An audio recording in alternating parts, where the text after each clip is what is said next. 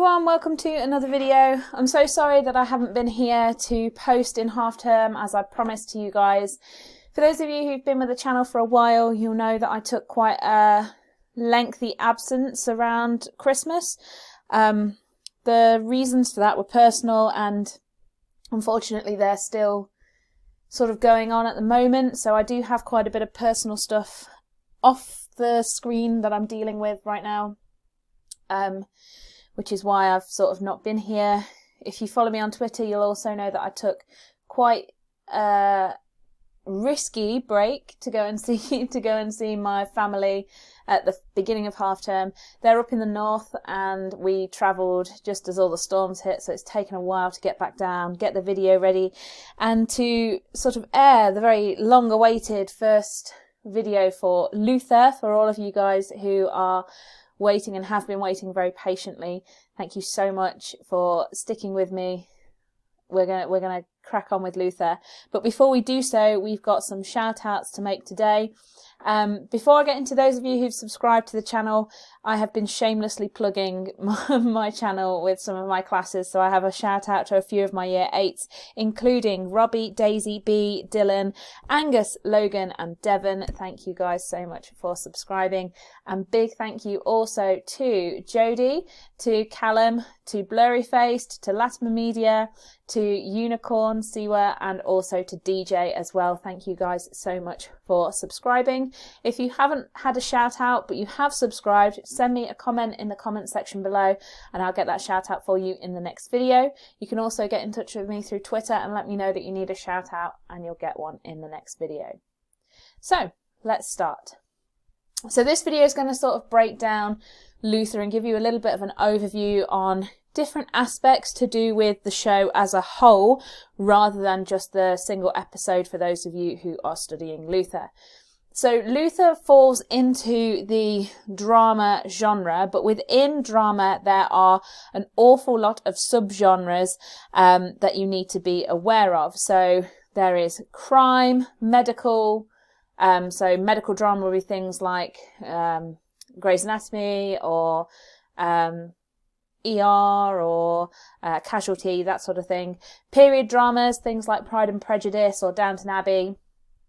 Action drama, so that would be something like Bond, for example, or documentary, which are often known as docudramas, and this is where a documentary might dramatise certain aspects of the narrative so that it's not just formal interviews, there's a little bit of entertainment there as well. And historical as well, which would be things like Titanic, for example. Obviously, Luther falls into the crime drama subgenre, and this is the main subgenre for the show as a whole. It's sort of almost so predominant that it becomes a genre in and of itself, and I think there are so many crime dramas now that it probably is its own genre in and of itself. Now, there are several reasons why the audience are drawn to a show like Luther. Predominantly, it provides entertainment, and this is where it would fulfill parts of the BBC Charter, which we'll come to later on, in terms of its entertainment value.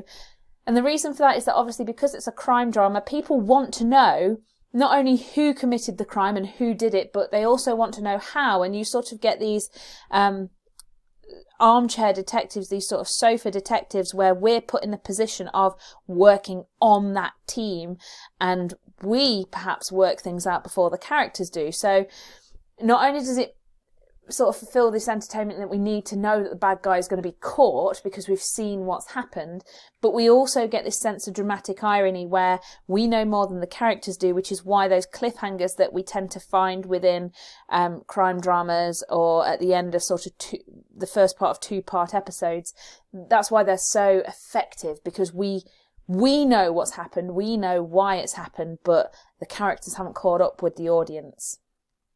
It also provides an escape from daily life. Now, a little bit of context surrounding the Luther episode that is set for you guys from the exam board is that it was aired just before a general election. So in and around the time that Luther was being sort of distributed and put out to channels, there was massive turmoil in the UK, particularly in terms of politics, which some of you might know if you're in year 11 and you've been looking at those newspaper articles. You'll know the sort of turmoil that the UK was going through at the time. Just after the first episode of Luther, we had the results of the general election, which resulted in a hung parliament between the Conservatives and the Liberal Democrats. So you could argue that this did provide a distraction. It did provide a sort of escape from what was going on in day-to-day life at the time. It also created a massive social talking point, because Luther's method of policing is quite different to what we would expect police officers to be like, and what we would perhaps want police officers to be like in our day-to-day lives, mostly because it sort of blurs the lines between the good guys and the bad guys. It also provides this sense of relatability as well. So we've got recognisable locations. It's made by the BBC, so it's more likely to be based in the UK, and it is. It's centred in London, so we've got these recognisable landmarks and sort of visuals as a whole. Luther's also got similar personal issues that the audience might be experiencing themselves, particularly in that set episode. The sort of personal issues he's got going on with his wife may well be things that the audience have experienced themselves, and I think that's another reason why Luther is such an enjoyable character, because he's never set up as being perfect. He's flawed, and because he's a flawed character, we're able to relate to him more as an audience.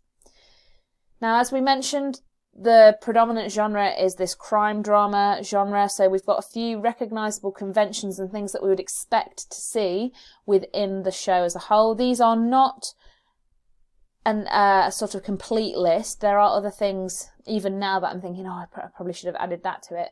So this is not a sort of exhaustive list, but these are predominantly what we would expect within a crime genre program.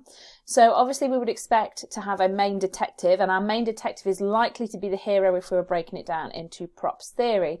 That main detective, though, doesn't exist by himself, so there tends to be a supporting detective or sort of sidekick character who we would obviously classify as the helper in terms of props theory, and these two together work to overcome some sort of villain, either per episode or across a series. So we get this traditional good versus evil narrative. And on the topic of narratives, the narratives for crime dramas tend to follow a linear structure, which may have different subgenres and subplots associated with them. And we'll have a look at that in just a second when we go into that in more detail. We've got recognisable locations, so even if we're not basing this in the UK, we would expect to see an interview room, a police station of some sort, the crime scene perhaps, depending on the time that this drama is being put out and is being aired. And we would also see the protagonist's house as well. So that main detective, we're likely to see where they live, because often the show is based around a singular detective whose life we sort of follow as an audience. We also get recognisable props, things like guns, police radio, and the police cars, tape, all that sort of stuff that we would expect to see. Now, those recognisable props do differ between UK crime dramas and American crime dramas. So if we think of things like CSI, there are things within CSI that we won't get in the UK. Also, because CSI is based on the forensics rather than policing itself, we would have props that were slightly different to that show compared to something like Luther. So that is something that can change depending on which particular program you're looking at and where the crime drama genre sort of fits in. Okay, narratives in more of a detailed look. Okay, so for crime dramas, they tend to follow a linear narrative. All that means, if you don't know what narratives mean, by the way, there is a video on the channel that breaks down narratives and tells you what each of the narrative types are. Linear narratives basically go in a sort of chronological order. So you tend not to have too many flashbacks. You tend not to have any flash forwards. They follow a logical structure. Within that linear narrative, we are ultimately going to be following this trial of good versus evil, with hopefully good triumphing in the end. Okay, we have the main narrative for Luther in particular spanning across all 5 seasons at the moment, which is basically looking at Luther's character. So as I said a minute ago, we are following Luther as he develops, as he changes, as he adapts his character to the situations that he faces. So we're just sort of following his life. And questions then are sort of raised about his style of policing. In the particular episode, though, and in the particular season that episode comes from, which is season 1, the main narrative is surrounding Luther and Alice. Initially, it's about proving Alice's guilt, but focuses then on the friendship that they have together. In the particular episode that you're looking at, the narrative is about a sniper and Luther trying to catch the sniper. So you've got sort of 2 main narratives in that first episode to sort of not only set up what the show is going to be like in terms of its genre, but also to sort of set up this friendship between Alice and Luther that is significant not only for the rest of the season, but for the rest of the 5 seasons so far as well. Now, we do also have some subplots which bring in their own subgenres as well. So each episode, unless they are 2-part episodes, so for instance in season 1, episodes 3 and 4, I believe, are linked episodes where they deal with a serial killer. So aside from those 2-part linked episodes, each narrative is contained within the episode. So that means that whoever the bad guy is at the start of the episode is caught and is sort of brought to justice by the end of the episode. And that means that aside from these 2-parter episodes, these linked episodes, you could basically dip in and out of Luther, pick up any of the episodes and watch them and understand it, because it's following that sort of logical structure. There are key subplots for the first season, and particularly the first episode, which include initially the resolution of the Henry Madsen case. So we meet Henry Madsen in the first episode, which we'll go into when I break down the episode as a whole. Luther trying to pursue his estranged wife, and this is where the sort of subgenre of sort of romance comes in, particularly in episode 1 when we see how much he does care for Zoe. So we get that in there as well. But also in season 1 we have a colleague being involved in crime, and that is a colleague who you meet in that first episode. I'm not going to spoil it and tell you who it is, just in case you guys want to watch Luther. But yeah, that's another subplot. And the colleague being involved in crime is something that you tend to find in American crime dramas, but has been in a lot of British crime dramas as well. So we could almost say that this is, again, another recognised convention as well. Okay, so a breakdown of the industry then. It was created by Neil Cross in 2010, and we've got 5 seasons so far in total. They vary in terms of their episodes. So season 1 is by far the longest season, but even that only had 6 episodes, which ran from May to June in 2010.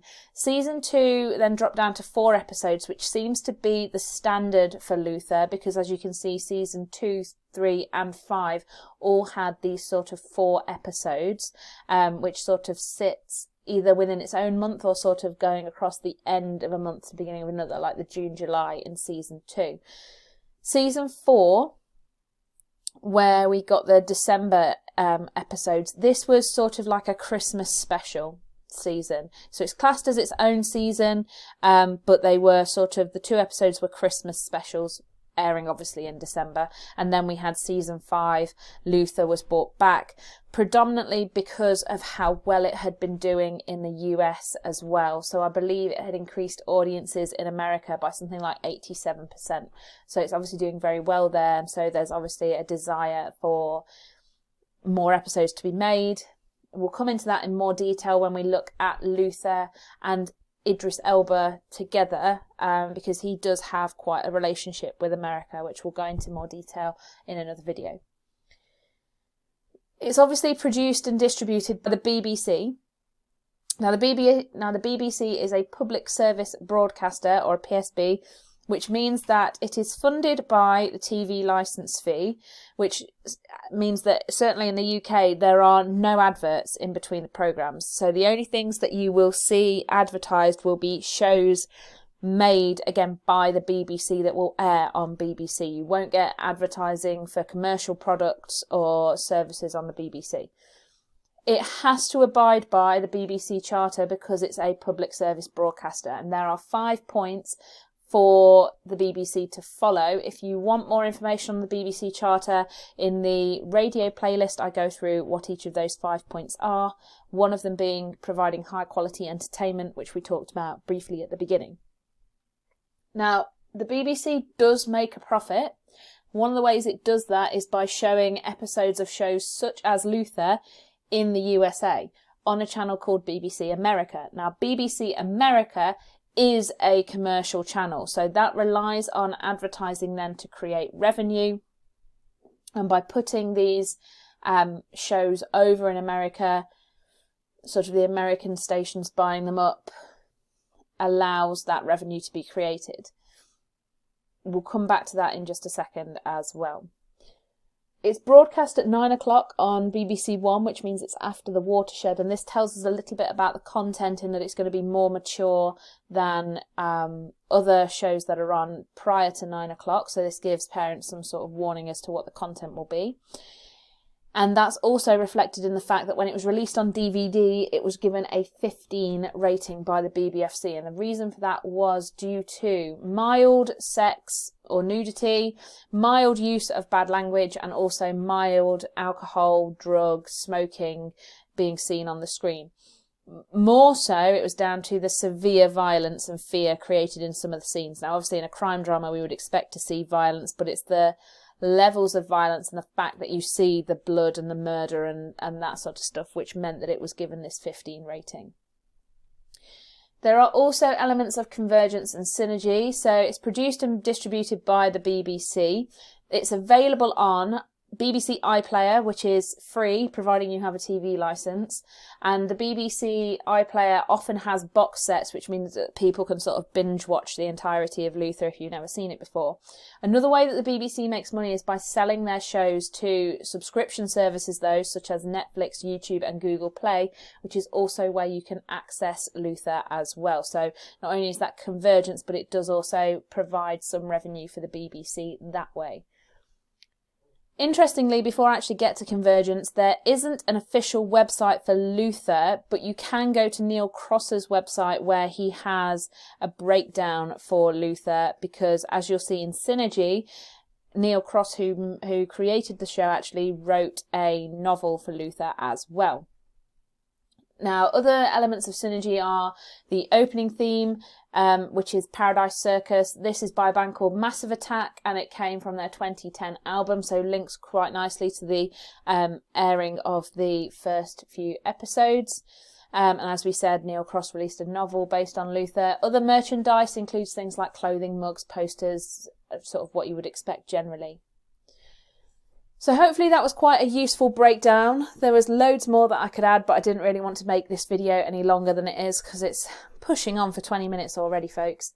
Here are the key terms for today, so quite a few. What I would advise that you do is you go back through your notes and see where you have, one, already used these, and two, where you could fit them in to your work.